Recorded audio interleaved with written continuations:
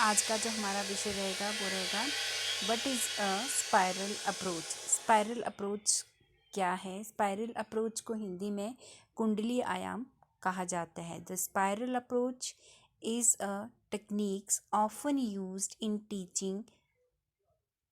Spiral approach means कुंडली आयाम एक ऐसी तकनीक है जिसका प्रयोग शिक्षण में सदैव किया जाता है। Where first the basic facts of a subject are learn, जहाँ पर एक विषय से संबंधित आधारभूत तथ्यों के बारे में विद्यार्थियों को सिखाया जाता है।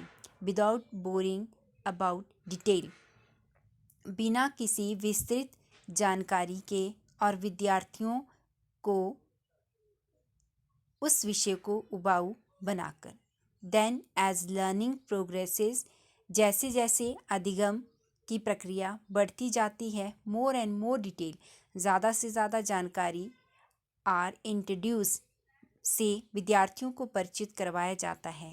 While at the same time they are related to the basics, यद्यपि ये विषय जो है वो आधारभूत विषय से संबंधित होता है। विच आर री एम्फेसाइज्ड मैनी टाइम्स, जो कि अधिक बार पुनः जोर दिया जाता है, अथवा जिस विषय पर अधिक से अधिक पुनर्जोर दिया जाता है। To help enter them into long term memory, ताकि ये विद्यार्थियों की स्मृति में लंबे समय तक बना रहें। स्पाइरल अप्रोच विद्यार्थियों के लिए ब्रूनर के द्वारा 1977 में विकसित की गई थी। ये approach teaching of social science और अन्य इसी तरह के जो विद्यालय में पढ़ाए जाने वाले विषय हैं उनमें पाठ्यक्रम के संगठन के लिए प्रयोग की जा सकती है, और इसे पाठ्यक्रम के संगठन में प्रयोग भी किया जाता है। जैसे कि अगर एक विद्यार्थी अपने प्राथमिक स्तर पर, जैसे कि कक्षा 1 में, अगर एक विद्यार्थी किसी एक विषय के बारे में पढ़ता है, वो विषय जो है वो हमारा पर्यावरण हो सकता है या इसी तरह का कोई और विषय। उसके बाद जिस जिस तरह से विद्यार्थी सेकेंड कक्षा में होता है, तो उसके बाद जो पर्यावरण के तत्व हैं वो विद्यार्थियों को बताए जाते हैं। उसके बाद विद्यार्थी अगर नेक्स्ट कक्षा में उसकी प्रमोशन होती है, तो उसके बाद पर्यावरण के जो पॉजिटिव इम्पैक्ट हैं वो हमें बताए जाते हैं। उसके बाद पॉल्यूशन या पॉल्यूटेड इन्वायरमेंट क्या होता है इसके बारे में विद्यार्थी।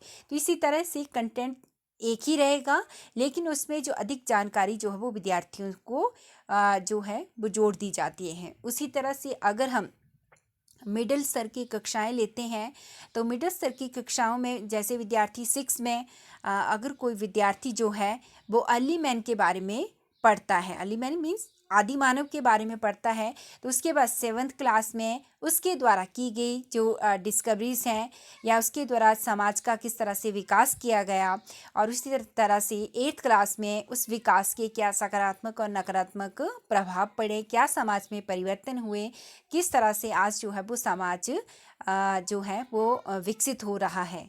ठीक, तो इस तरह से क्या है, कंटेंट एक ही रहेगा, लेकिन विद्यार्थियों को अगली कक्षा में जाते ही नया विषय या नई जानकारी जो है वो उसमें ऐड कर दी जाती है। Role of spiral approach in teaching, शिक्षण में जो स्पाइरल अप्रोच है उसका क्या उसकी भूमिका जो है वो क्या है। सीक्वेंसिंग स्ट्रेटजीज, यह जो है एक सीक्वेंस मीन्स जो हमारा कंटेंट रहेगा उसमें सीक्वेंस जो है वो बना रहता है। दूसरा अ टीचिंग स्ट्रेटजी, और ये शिक्षण तकनीक है। Bruner emphasized the gains that can be acquired by developing students' power of analysis, judgment, and memory in order to increase capacity to transfer learning into new students. Bruner जो हैं वो इस पर फोकस करते हैं कि ये जो टेक्निक्स हैं या ये जो हमारी अप्रोच है, ये विद्यार्थियों की जो विश्लेषण करने की जो क्षमता है और जो जजमेंट करने की मीन्स तर्क करने की जो क्षमता है और जो उसकी स्मरण शक्ति है उसको बढ़ाने में भी ये जो नए विद्यार्थी हैं उनकी हेल्प करता है, या उनकी जो लर्निंग है या ट्रांसफ़र लर्निंग जो है उसको इंक्रीज़ करने में भी बढ़ाता है। ट्रांसफ़र लर्निंग मीन्स कि एक विषय के बारे में जब विद्यार्थी सीखता है तो सेकंड जब भी वो कहीं उस विषय से संबंधित कोई भी जो सब कंटेंट उसके पास आता है तो किस तरह से वो अपनी ट्रांसफ़र ऑफ लर्निंग करता है। जैसे कि अगर विद्यार्थियों को अगर हम वैल्यू ऑफ वाटर या यूजेस ऑफ वाटर के बारे में हम बताते हैं या फिर इम्पॉर्टेंस ऑफ इन्वायरमेंट, तो विद्यार्थी जो है वो जो अपना सैद्धांतिक ज्ञान है वो अपनी कक्षा में ग्रहण करता है, लेकिन व्यवहारिक जानकारी जो है वो जब इन्वायरमेंट में खुद अपने आप को सर्वाइव करता है और वो देखता है कि पर्यावरण जो है वो उसके लिए किस तरह से जो है वो हार्मफुल है या यूज़फुल है। तो इस तरह से क्या ट्रांसफर लर्निंग मीन्स एक जगह सीखा विद्यार्थी जो है वो किसी कंटेंट के बारे में प्राप्त जानकारी को दूसरी जगह जो है वो प्रयोग करता है। जैसे कि अगर मैथ की जो कंसेप्ट है वो विद्यार्थी सीखता है अपनी प्राथमिक कक्षाओं में, लेकिन उसका व्यवहारिक प्रयोग जो है वो अपने जीवन में वो अपने लेन देन के कार्य में करता है। Diagram of spiral approach. Spiral approach को हम एक डायग्राम के माध्यम से जो है वो समझने की कोशिश करेंगे। सबसे पहला है primary level. Primary level means प्राथमिक स्तर पर जो विद्यार्थी हैं उनको एक विषय के बारे में जानकारी हम कैसे देते हैं, लर्निंग थ्रू पर्सनैलिटीज़। इसमें एक विद्यार्थी जो हैं वो व्यक्तित्वों के द्वारा जो है वो किसी कंटेंट के बारे में जानकारी प्राप्त करते हैं। जैसे कि आपने देखा होगा कि प्राथमिक स्तर के जो स्कूल होते हैं वहाँ पे जितने भी हमारे जो फेमस लीडर हैं या फेमस जो पर्सनालिटीज़ हैं उनके जो चित्र जो हैं वो दीवारों पर बनाए जाते हैं, जबकि अधिक जानकारी जो वो उनके बारे में नहीं दी जाती है। क्योंकि प्राथमिक स्तर पर उनका जो मानसिक स्तर है जस्ट वो उनको आइडेंटिफाई कर सकता है कि ये व्यक्ति जो है वो कौन कौन है।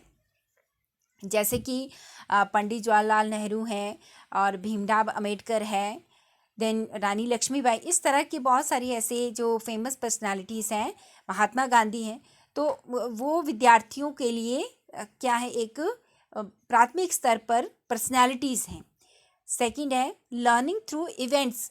अब जो मिडिल लेवल है उसमें विद्यार्थियों को घटनाओं के माध्यम से जानकारी दी जाती। घटनाएं मीन्स जैसे कि अगर आदि मानव की बात करें तो उसके बाद जो है वो किस तरह से उसने अपने जीवन को शुरू किया, समाज बनाया, समुदाय बनाए और जो समूह है उसका निर्माण किया, और आज वो समाज में किस तरह से एक सभ्य जीवन जो है वो जी रहा है, और आज जो है वो उसके समाज में कितनी ज़्यादा परिवर्तन और विकास हुए हैं।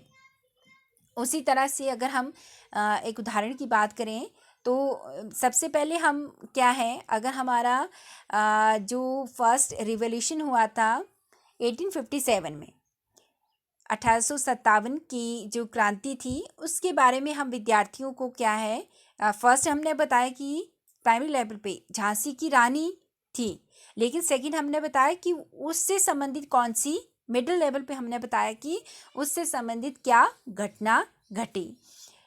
फिर उसके बाद आता है हमारा सेकेंडरी लेवल, माध्यमिक या उच्च माध्यमिक स्तर। तो यहाँ पे लर्निंग थ्रू आइडियाज़, यहाँ पे विद्यार्थियों को उन इवेंट्स के पॉजिटिव और नेगेटिव इम्पैक्ट जो है वो बताए जाते हैं। मीन्स विद्यार्थियों में एट द टाइम जो है वो उनकी मानसिक क्षमता या उनकी जो मेंटल पावर है या उनकी जो लॉजिकल पावर है वो इतनी बढ़ जाती है कि वो किसी भी इवेंट्स का जो पॉजिटिव और नेगेटिव इम्पैक्ट्स जो है वो जानने के योग्य हो जाते हैं। प्राइमरी लेवल पे अगर हम बात करें तो जैसे जैसे विद्यार्थी नेक्स्ट क्लास में उनकी प्रमोशन होती है तो न्यू कंटेंट्स जो वो विद्यार्थियों को पढ़ाए जाते हैं। मिडिल लेवल पे उन्हीं कंटेंट में जो विस्तृत जानकारी जो वो ऐड की जाती है और जो कंटेंट है उसको रिवाइज किया जाता है। उसके बाद सेकेंडरी लेवल पे विद्यार्थियों को उस कंटेंट पे पूरी तरह से मास्टरी जो वो करवा दी जाती है। तो इस तरह से आज हमने जो स्पाइरल अप्रोच है उसके बारे में पढ़ा। थोड़ा सा हम स्पाइरल अप्रोच के नेगेटिव और जो पॉजिटिव इम्पैक्ट हैं या उसके जो एडवांटेज हैं और जो डिसएडवांटेज हैं या जो लिमिटेशंस हैं उनके बारे में हम थोड़ा सा डिस्कस कर लेते हैं। ब्रॉड बेस्ड मीन्स विस्तृत आधार, कुंडली उपागम जो है वो विस्तृत आधार वाला उपागम है। इसके द्वारा सामाजिक अध्ययन का आधार विस्तृत किया जाता है। ब्रॉड टर्म क्यों है? क्योंकि इसमें फर्स्ट से लेकर जो हमारे सेकेंडरी लेवल है उसमें विद्यार्थियों को ज़्यादा से ज़्यादा विस्तृत जानकारी जो है वो दी जाती है। सह संबंधित ये जो है वो आपस में सह संबंधित जानकारी, जैसे कि विद्यार्थियों को फर्स्ट में भी वही विषय पढ़ाया जाता है और सेकंड में उस विषय से ज़्यादा जानकारी जो है वो विद्यार्थियों को दी जाती है, थर्ड में उससे ज़्यादा जानकारी जो वो विद्यार्थियों को दी जाती है। अर्थपूर्ण, मनुष्य और समाज और राष्ट्र के विकास और प्रकृति को समझने के लिए ये जो आयाम है ये पूरी तरह से अर्थपूर्ण है, क्योंकि इसके माध्यम से विद्यार्थी जो है वो सीक्वेंस में लर्निंग उसकी होती है। लिमिटेशन की अगर हम बात करें तो इसमें जो लिमिटेशन रहेगी वो रहेगी डिफ़िकल्ट टू अंडरस्टैंड। इस उपागम के द्वारा विद्यार्थियों को थोड़ा सा समझने में कठिनाई होती है, क्योंकि कंटेंट एक ही रहता है तो कई बार जो है वो नई जानकारी उसमें ऐड नहीं कर पाते या उस दी गई जानकारी को उसमें जो है वो ऐड नहीं कर पाते। कॉम्प्लेक्सिटी ऑफ कंसेप्ट, प्रत्यय की जटिलता। कुंडली उपागम जो है वो कंटेंट को बहुत ज़्यादा क्या बना देता है, एक उसमें कॉम्प्लेक्सिटी जोड़ देता है, मीन जटिल बना देता है उसको, ताकि विद्यार्थी जो है वो उसे समझ ना पाए या फिर विद्यार्थी उसे समझ नहीं सकते। क्योंकि एक कंटेंट है तो नेक्स्ट कंटेंट में या नेक्स्ट क्लास में जो विद्यार्थियों को जानकारी दी जाती है कई बार विद्यार्थी उसे समझ नहीं पाते। तो इसलिए हम कहेंगे कि ये जो अप्रोच है वो जटिल है, लेकिन इसकी लिमिटेशन से ज़्यादा इसकी अगर हम बात करें तो ये जो है वो ज़्यादा से ज़्यादा विद्यार्थियों के लिए यूज़फुल है। खासकर हमारी जो प्राइमरी लेवल की कक्षाएं हैं उनके लिए भी, और जो हमारी हायर जो क्लासेस हैं उनके लिए भी ये उपागम जो है वो बहुत ही ज़्यादा यूज़फुल है, क्योंकि इसमें विद्यार्थियों की आवश्यकताओं के अनुसार और उनके मानसिक स्तर के अनुसार ही जानकारी जो है वो दी जाती है। धन्यवाद।